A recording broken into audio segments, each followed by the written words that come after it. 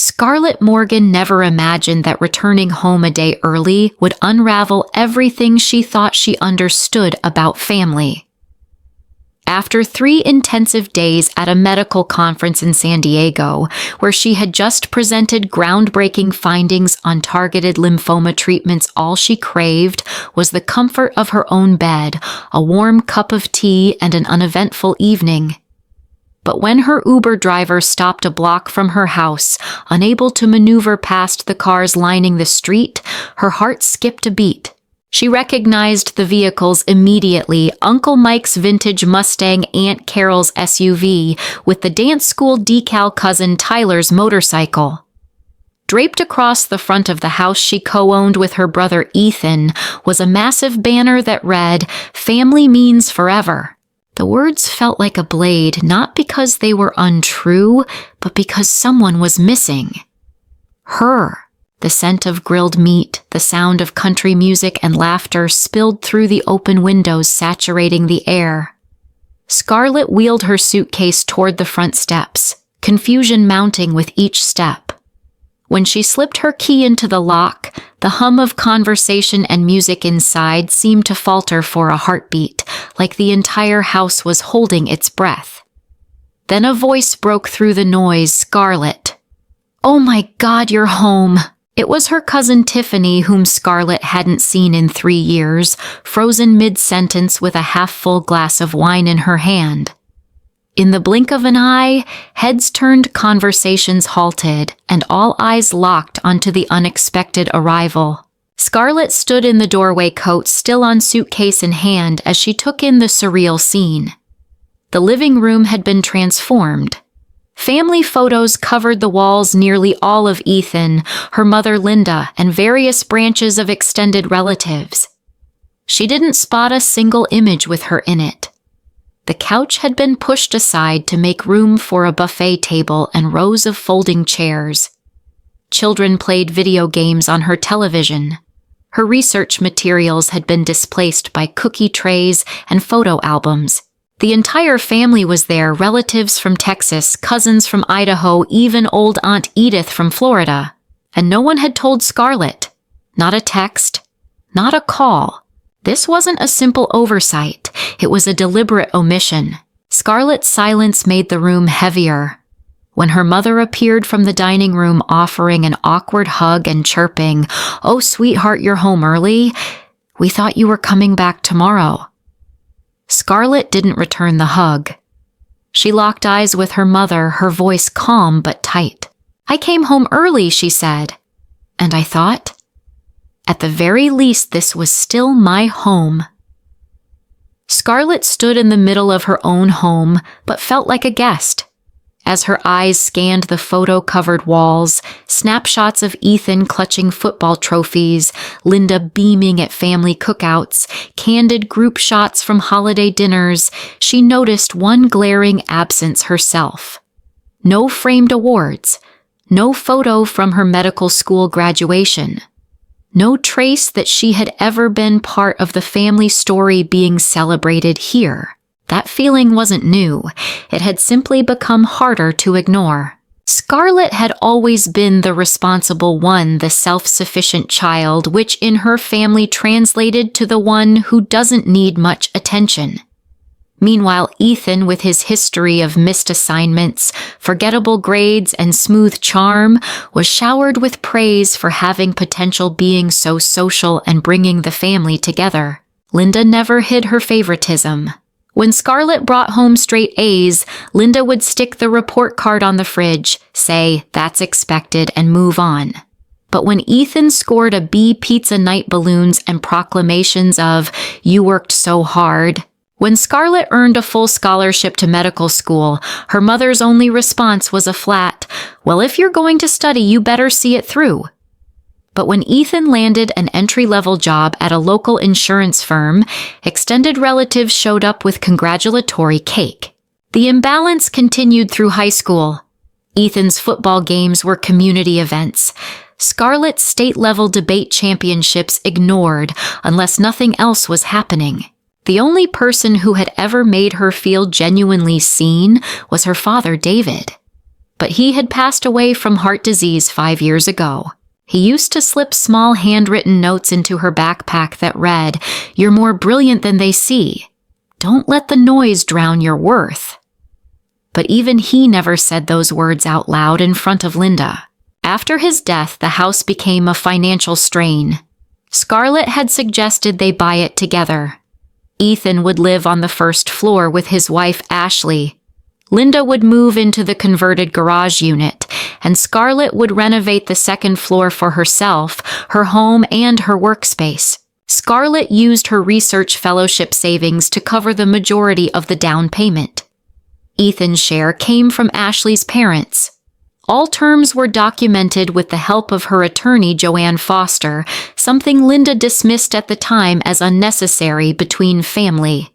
But that unnecessary paperwork would prove to be Scarlett's shield, because over time the house had stopped feeling like hers, not just emotionally, but in the way people treated it.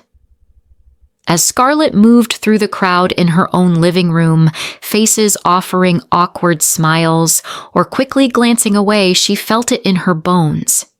This wasn't forgetfulness. It was deliberate. Someone had lit one of her specialty candles as decoration. Her prized medical research books were missing, replaced by dusty family photo albums. A little girl was playing video games with her console, the one she bought to unwind after 14-hour shifts at the lab. Everything looked familiar, yet nothing felt like hers anymore. Upstairs, the violation became undeniable. Her private second-floor apartment, legally designated as hers alone, was wide open. Inside, the bedding had been changed, the air thick with a stranger's perfume. Suitcases she didn't recognize were stacked in the corners. Her framed degrees and certificates had been replaced by children's drawings taped over her walls. Scarlett stood still for a moment, her breath measured. Then she took out her phone and began documenting everything, not out of anger, but to prepare for the response that wouldn't be emotional, but strategic. Minutes later, Ethan knocked gently before entering. His stance was sheepish, his voice low. "Scarlett, look, we didn't mean for it to go this far. The timing worked out while you were in San Diego." Scarlett met his eyes. "And no one thought to tell me." He shifted uncomfortably. "We figured you wouldn't be interested. You're usually not around for family stuff." The door creaked open again.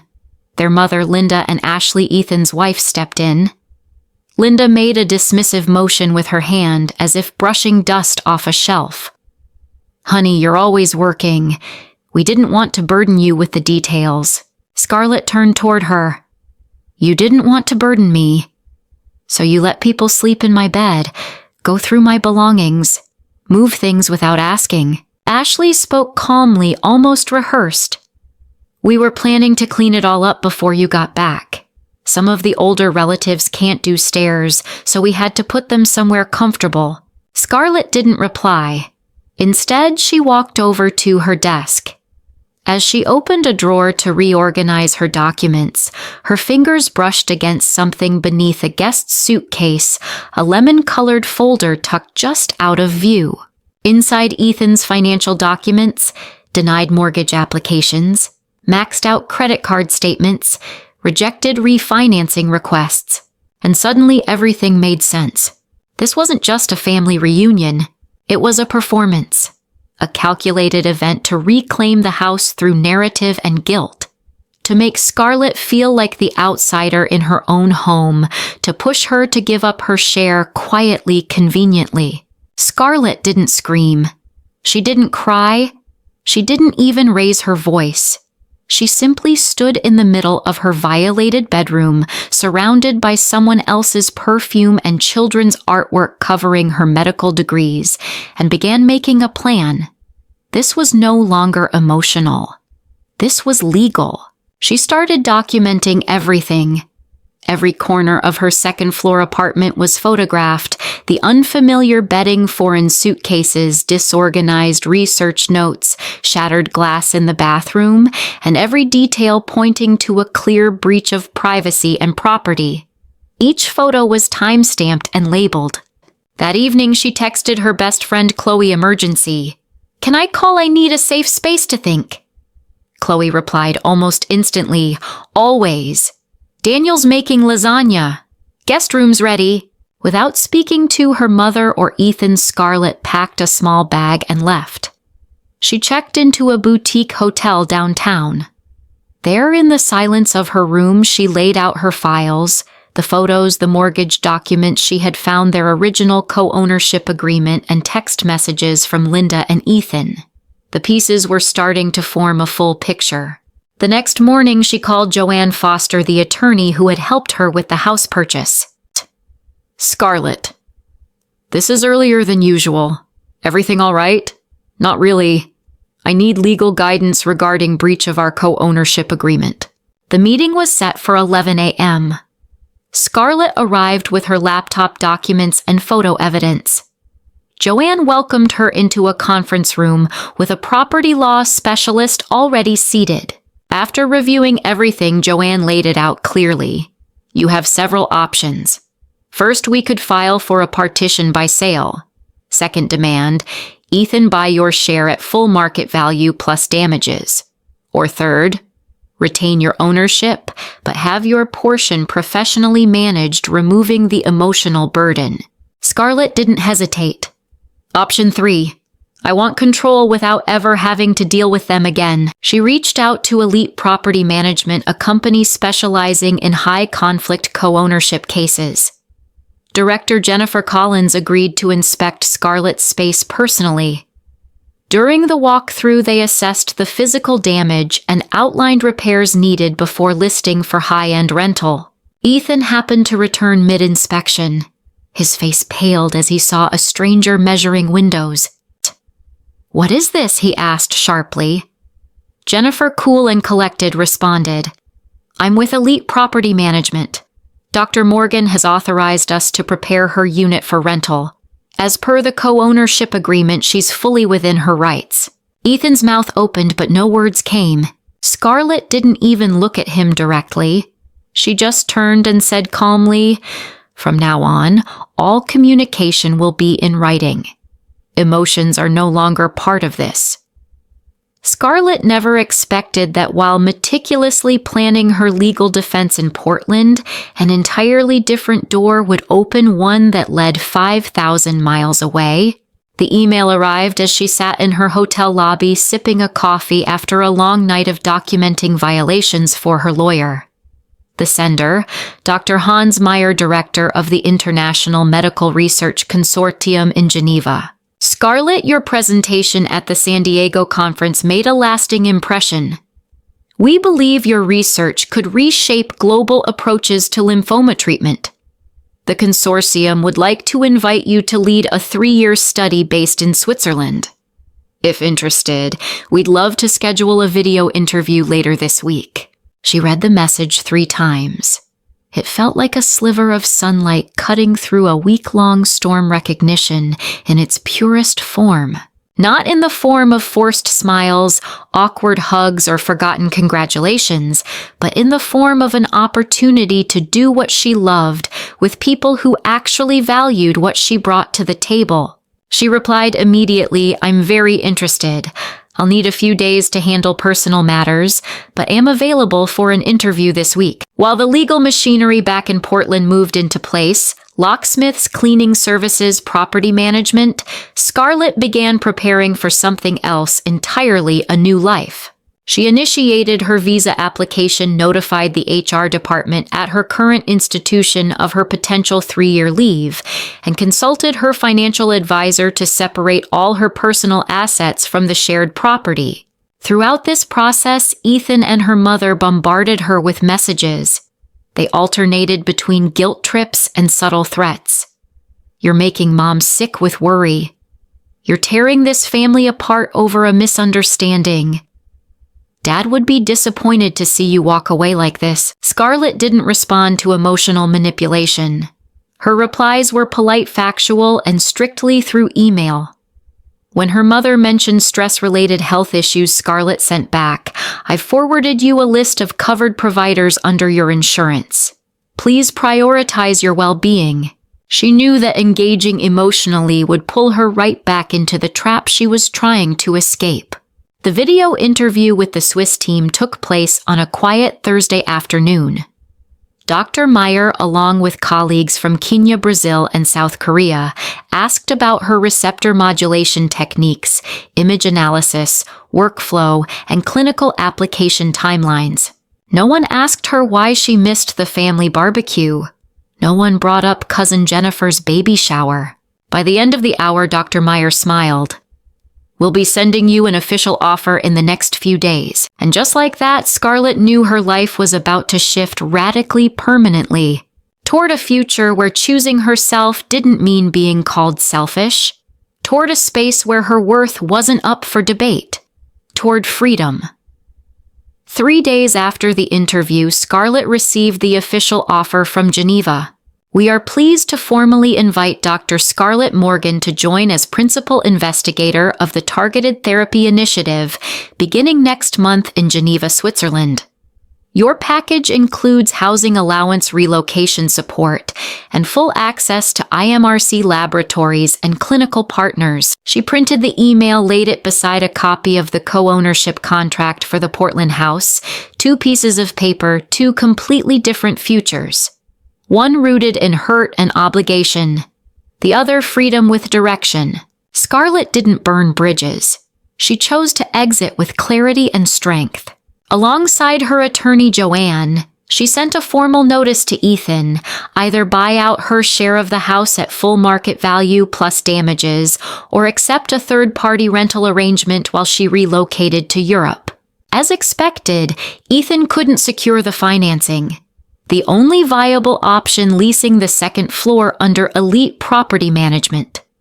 Scarlett signed a multi-year agreement ensuring no one would invade her space again. She also sent a respectful group message to the extended family who had attended the reunion. "I regret not being informed about the gathering in advance. I hope everyone enjoyed the time together. For clarity, please note that any future use of shared spaces must be pre-approved. I will be relocating to Geneva for a 3-year research assignment and won't be in Portland regularly." To her surprise, replies flooded in. Some were apologetic. Aunt Carol was horrified to learn she'd been sleeping in Scarlett's bed without permission. "Ethan told us you had agreed," she said. "I'm so sorry, Scarlett. We were misled." The truth began to emerge. Meanwhile, Ethan's tone shifted from rage to reflection. One night, he emailed from their late father's study. "Mom keeps saying you abandoned the family, but sitting in this quiet house, I wonder, maybe we abandoned you first. A long time ago." Scarlett read that line again and again. It wasn't a full apology, but it felt like a door opening, not to reconciliation through guilt, but to communication based on reality. A year later, while attending a medical conference in Boston, Scarlett arranged dinner with Ethan, Ashley, and baby Emily. Linda joined too.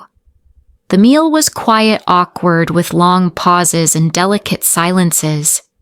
But when Scarlett held Emily's tiny fingers wrapping around hers, she saw her father's eyes in that little face, and something softened. As they stood to leave, Linda asked gently, "Will you visit again before returning to Switzerland?" Scarlett nodded. "Maybe Sunday breakfast if you're free." There were no hugs, but there was eye contact. Real, unscripted. Back at her hotel, Scarlett opened her laptop and saw the update. Geneva clinical trial expansion officially approved. Thousands of patients would now access the treatment she helped create, something that may never have happened if she hadn't walked away from the place that made her feel invisible.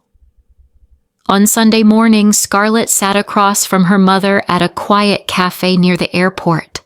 2 steaming lattes. A few polite questions. Long pauses filled the space between them. But for once, the silence didn't feel suffocating. It felt like recognition that sometimes distance is what lets us truly see each other. "Do you think you'll stay in Geneva long term?" Linda asked gently. Maybe, Scarlett replied. "If the project expands, I'll continue." Linda didn't press further. She just nodded, perhaps finally understanding that her quiet, focused daughter wasn't just a doctor, but a woman with her own world. One that didn't orbit around the family's expectations. They didn't hug goodbye. Just a brief handshake, but something in Linda's eyes had shifted, not resentment, not guilt. Just release. Back in Geneva, Scarlett dove into work research conferences, clinical collaborations. Her colleagues didn't know anything about the family drama back home. They only saw a sharp, compassionate leader. A woman who got things done and never raised her voice to do it. One afternoon, walking around Lake Geneva with her team, Lucia asked, "Do you think you'll ever move back to Portland?" Scarlett paused. "Not to live. Maybe just to visit. The few who really saw me." Lucia smiled. "Family isn't where you're bound by blood. It's where you're welcomed by choice." Weeks later, an email arrived from Ethan. No guilt, no anger. Just a photo of baby Emily learning to walk and a simple line beneath it. "We still talk about you. When she's older, I want to tell her about the aunt who helped save thousands of lives just by standing her ground." Scarlett didn't respond immediately, but she smiled. Not because everything was forgiven, but because for once they were finally naming things honestly. One winter night after finishing the final clinical report for publication, Scarlett opened an old photo folder. There it was again, the reunion banner stretched across her living room. "Family means forever." She stared at those words for a long time. This time they didn't sting. Because now she understood family does mean forever, just not in the way they meant it. Not obligation, not shrinking yourself for acceptance, not holding your breath to keep the peace, but rather the people who name their mistakes, the ones who let go of control, the ones who give you space to breathe. And maybe in time that space becomes a bridge, not back to the past, but forward to something more honest.